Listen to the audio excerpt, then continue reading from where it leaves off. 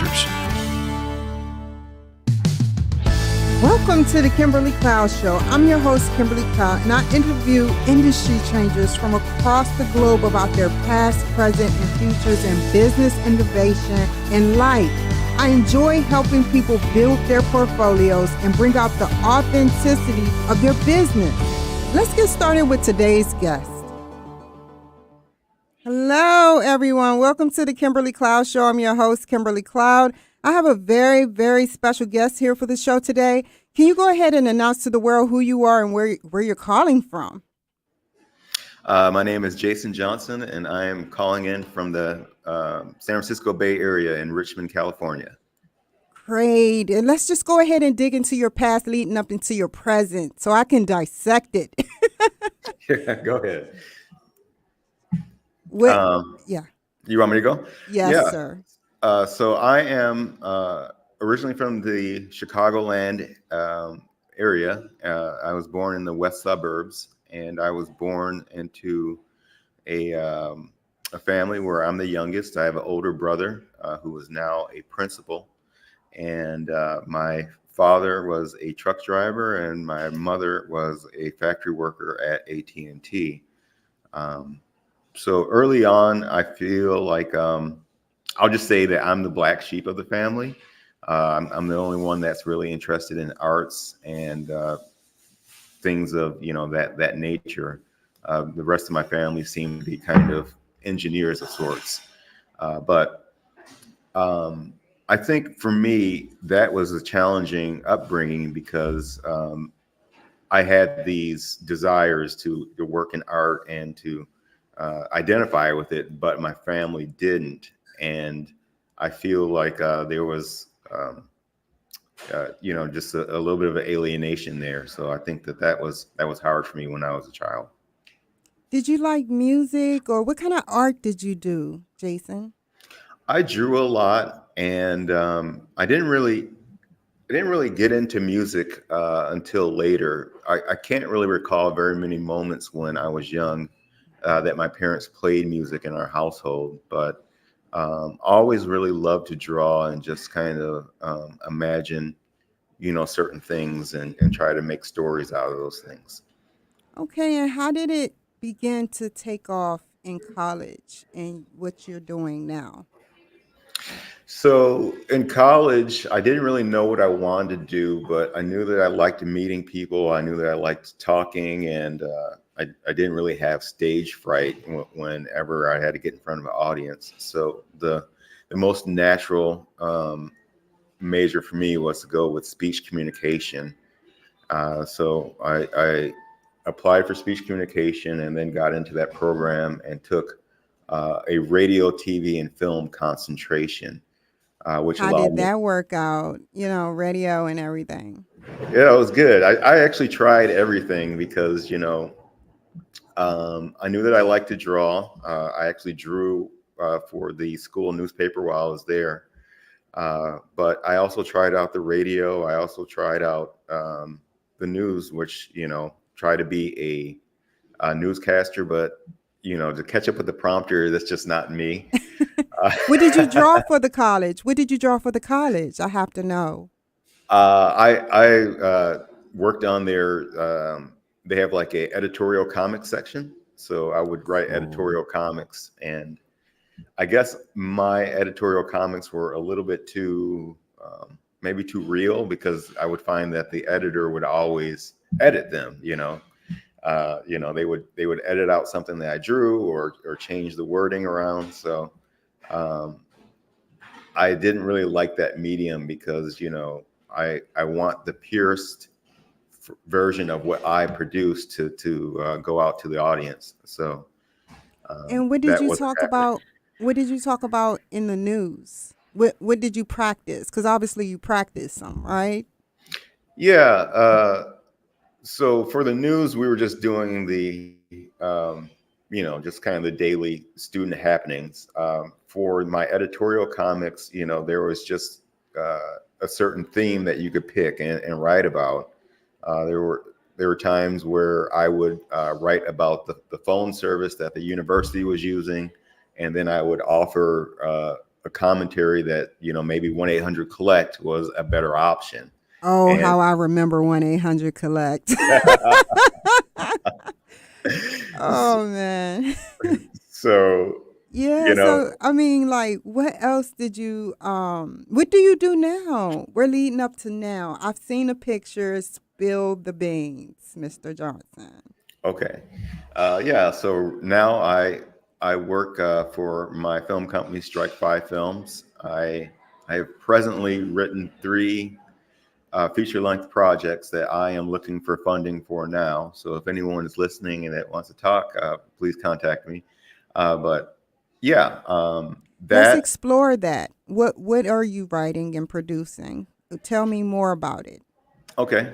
So I've written three projects at three different price points just to Mhm. kind of cover the bases. Mhm. The first project is called Concentric Circles, and it is about a wine vintner who loves underground gambling, but he gets in trouble when he gets in over his head with the wrong gangster. And this gangster says, either you pay me my money or I'm going to take you and your family out. So I guess in desperation, he devises a plan to make counterfeit wine to fit the bill to pay the gangster off. And that story talks about the interconnected seedy world of underground gangsterism, and then also it kind of radiates to the front of the surface when it talks about the wine industry, because Is it that's basically like bootleg, like liquor? You know how they did it? Yeah. Like in a I've way, never yeah, hooch. That's what it's called, right? They make like yeah. okay, okay, that's pretty cool. And tell me about your next project. The next project is called Roger and Me, and that is about a black computer programmer that is he can't seem to enter the tech industry for whatever reason.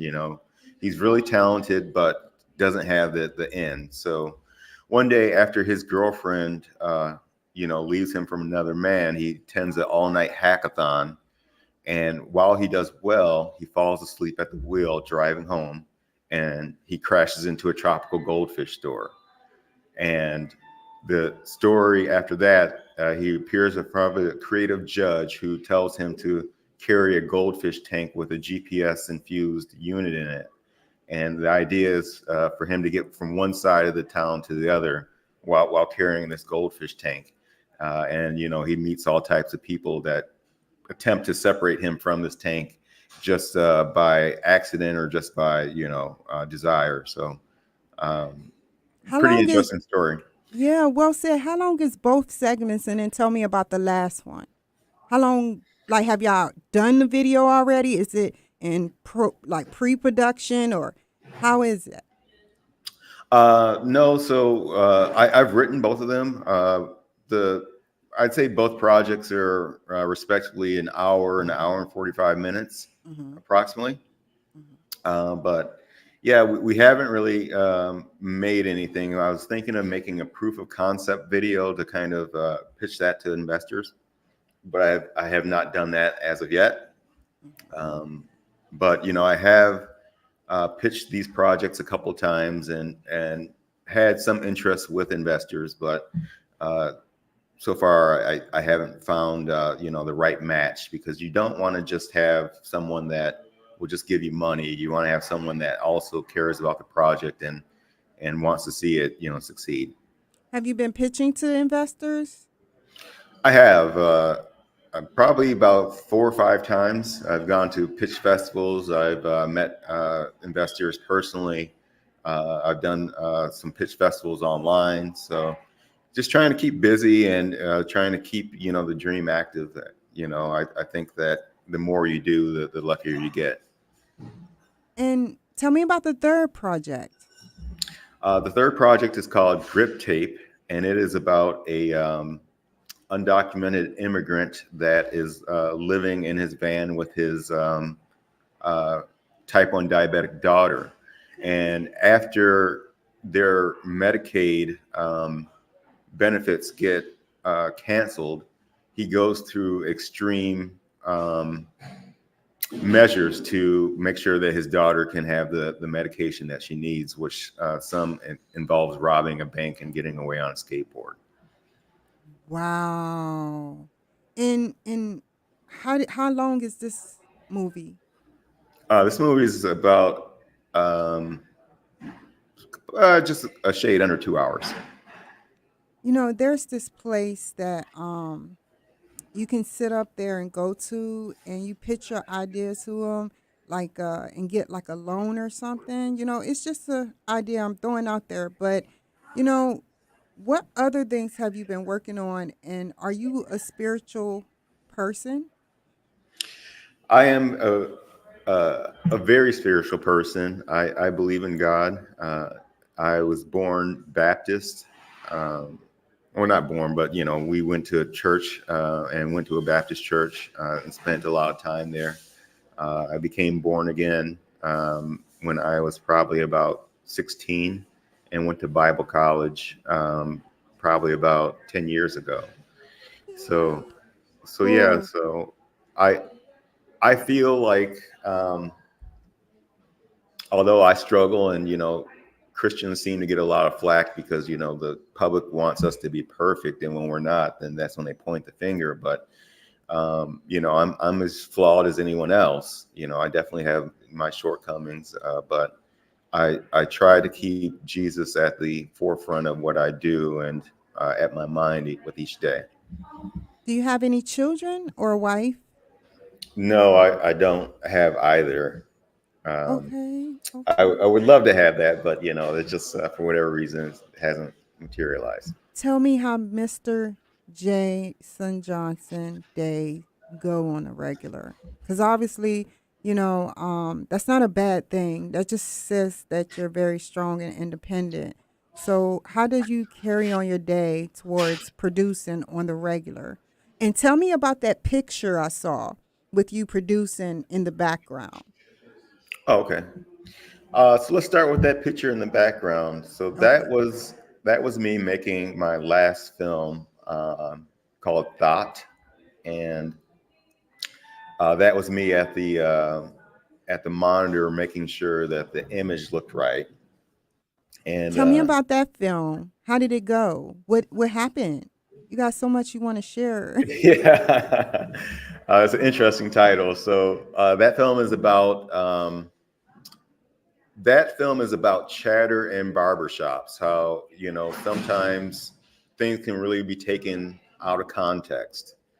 So it's about a young lady, Stacy, who meets another man, and two other people in that bar hear that name, and they make an assumption that this is Stacy with 3 kids or no kids, and there's a story associated with both of those Stacys that aren't good. So really, this story is taking a negative connotation, the word thought, and then flipping it on its head to say, well, is this really what this is, or is this just a bunch of chatter? So um, it's You it's know, essentially a love story. yes. And tell me about more about your your life as struggles, cuz you were telling me about your relationship. And I want to Mhm. address that because I want to talk about, mental health right now. Tell me about how it affected you. Tell me everything. Okay, well, I was in a relationship for 4 years with someone that I really really loved. This is really fresh for me because this actually just happened Sunday. Um, so uh, our relationship ended when I noticed that the communication had changed, and me being I guess somewhat of an empath, I kind of felt that energy very early on. So when I would press on what was going on, I would always get the I'm busy, I don't have time, my phone died, kind of these normal excuses. Did this So affect your mental health? Like, this not just your mental health, but did this affect you producing very much over the so. years?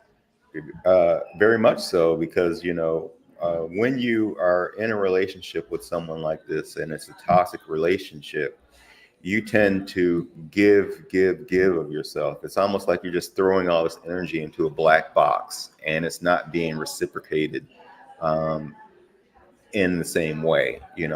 Every once in a while, it will be intermittent, and something will come back to you, and then you kind of hold on to that. But that's not really what you know you would want in a healthy relationship. So in this relationship, I felt myself giving, and this person was just taking from me, and it was really affecting my mental health. It was I Did you noticed get that enough sleep? no, there's times when I'll say this, when the times are good, I slept like like a baby, and then because I felt fulfilled, I felt like I I had made this person happy, and therefore, as a result, I was happy. But in times when something happened where I'm not talking to this person for whatever reason, whether it just be for a simple disagreement that turned out to be this huge thing, that really affected my mental health. Wow. And did you ever see anybody about it? Because that's the healthy alternative, is to talk to somebody or see somebody in a therapeutic setting. So when I was in it, I think it's kind of like a fog. You're just gonna push forward. You're gonna try to love more. You're gonna try to do more. You're gonna try to be more compassionate, understanding. You're gonna try to do all these things that this narcissist has told you that they need. But it's really uh, it's really a trap, because that enables them to live the life that they want regardless of you doing these things, because it's never enough.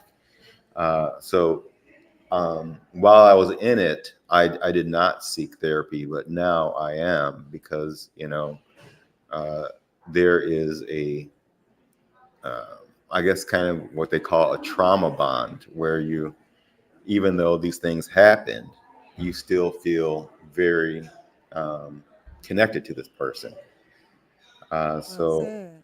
Well yeah, said. so it's a really difficult thing, and thankfully, I'm on the path to healers, and I understand now why they call it um, narcissistic survivors, because it really is abuse. It really is something that you have to survive.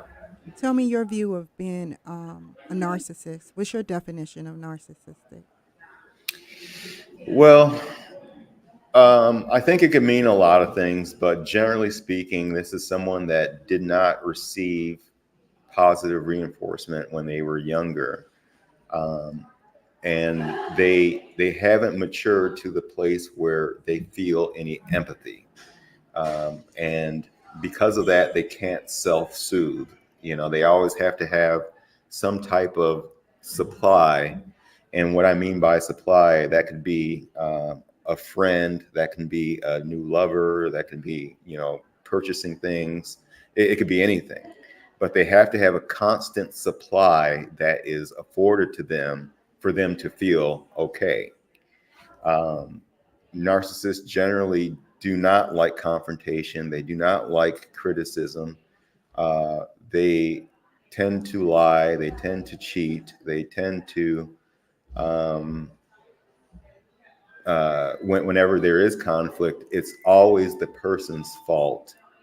That is opposite of the narcissist. How did Um, you get over the hurdle, Mr. Johnson? I think I did a lot of prayer, a lot of introspection into myself, because, for a bit, I really thought that, I was horrible. It's just like, because everything is always told that, it's because of you. It's your fault. And you just have to be strong in yourself to know that that's not true. Nothing can be all one person's fault, so it takes two ways. It's a two-way street. So a lot of time in therapy. I'm probably going to be in therapy for some time to make sure that I get to mentally where I need to be, because I'm the type of person, I don't want to take my junk and drop it onto somebody else. So I want to make sure that I feel good before entering another relationship or starting another project. What have you learned so far in therapy, Mr. Johnson, that you going to take with you and you're going to help the next person in your next relationship? I think that you have to, when people tell you who they are, I think you have to listen to what that is, and not be blinded by the allure of that person. I think there's a lot of times where we enter a relationship because there's like, ooh, she's fine, or he's handsome, and then we kind of say, I'm not gonna pay attention to red flags A, B, or C, And I think that you really have to pay attention to that at the forefront of the relationship, because you're going to save yourself a lot of trouble and heartache later. So, just paying attention, and then just making sure that you pay attention to who you are. If you feel that you're losing yourself, then that's probably not a good relationship. Yeah, that's true. And you know, I learned that we're about to go to a commercial break. Give me just a second, okay? Hmm. See you in a sec.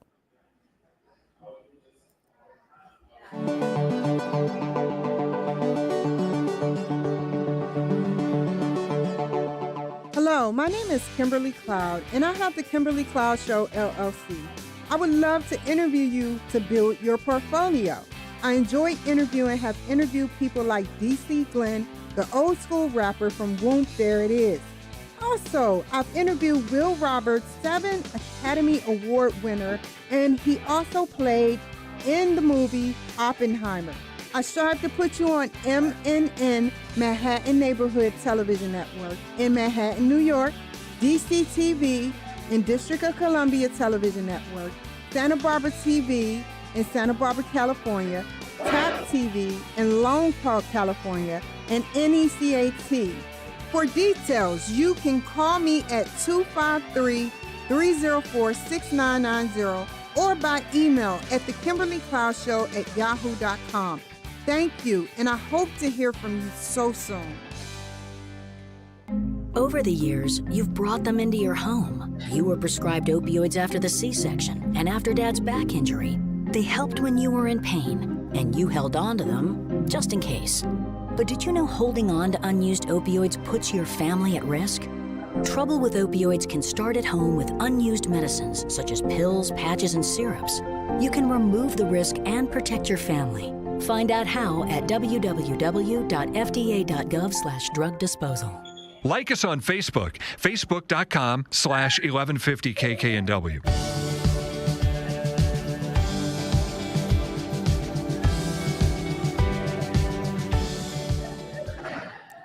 I have a couple of more questions and then we're going to end. So what I want to know is, tell me where you're going in the future.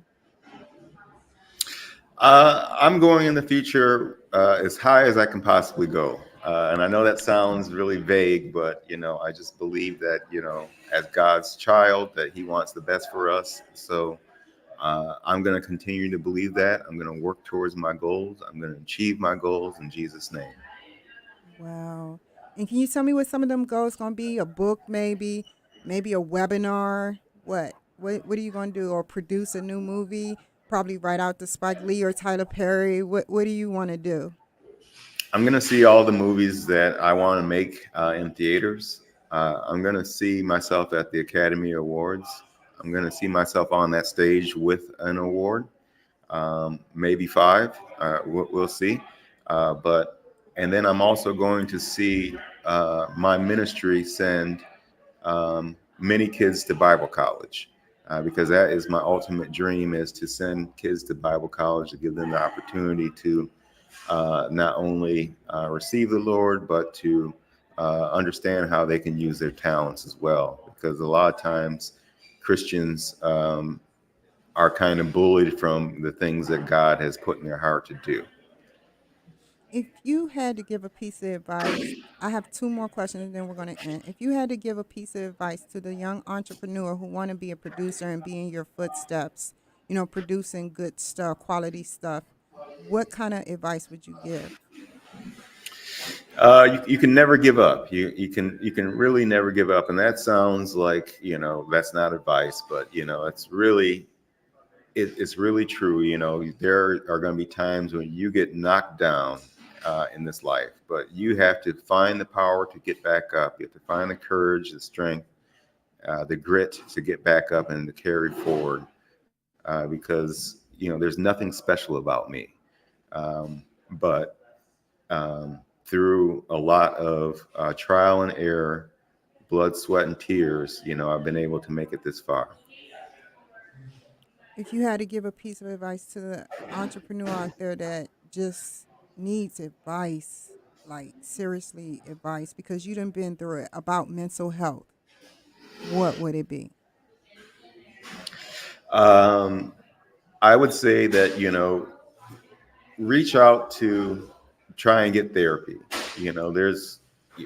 I can't say for all races, but at least in the Black race, it was kind of a stigma behind that, ooh, he's crazy. He's seeing a therapist. But, really a therapist is no different from a chiropractor that you need to go to. This is someone that's going to help you align your mind, help you get rid of bad thoughts, help you to learn practices that, will help you in the future. So, seek therapy. It's a really great thing. It's going to help you out, and that's going to get you on the path to, where you need to be. I hate to let you go, but how can the people reach you, Mr. Johnson? You can usually find me just with a Google search. My name is Jayson Johnson. That's Jayson Johnson. You may have to put film on that, and all my social media should pop up. I'm on Twitter, Facebook, LinkedIn, Instagram, and I have a portfolio site, and on YouTube as well. So you can just Google me. This is my 85th media appearance. So thank you. And I want to thank you so much for joining the show. You take care, be safe, and I'll see you next time. Okay. Thank you so much. Okay.